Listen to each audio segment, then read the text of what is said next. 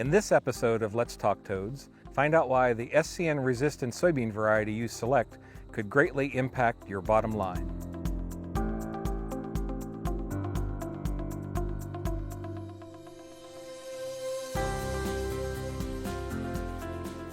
Throughout many or most of the Midwestern states, the nematodes, the SCN populations in farmers' fields, have built up the ability to reproduce on those resistant soybean.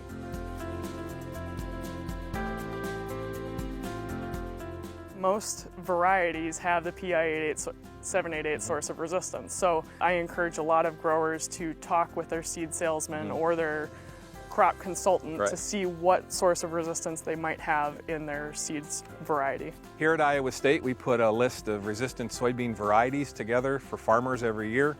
Our most recent list had 850 different varieties farmers could choose from, and all but 15 had the 88788 resistance. So farmers need to grow the other type of resistance. It's called Peking, but 15 of 850 varieties available for Iowa have that other resistance. So it's a tough task. Farmers need to grow those resistant varieties, but we need seed companies to deliver varieties that have resistance that's not PI 88788.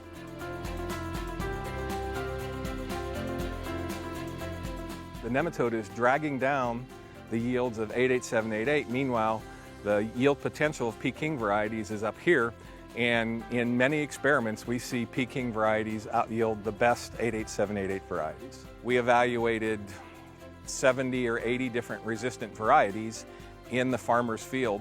Most had 88788 resistance, a few had Peking resistance, and the Peking resistant varieties yielded 72 bushels per acre, and all of the 88788 varieties in our experiment averaged about 55. When you compare his 50 bushels per acre to our 72 bushels per acre, he could have gotten, if he had grown the Peking variety, that's 22 bushels per acre he lost out on. And times $9 a bushel, it's approaching $200 an acre.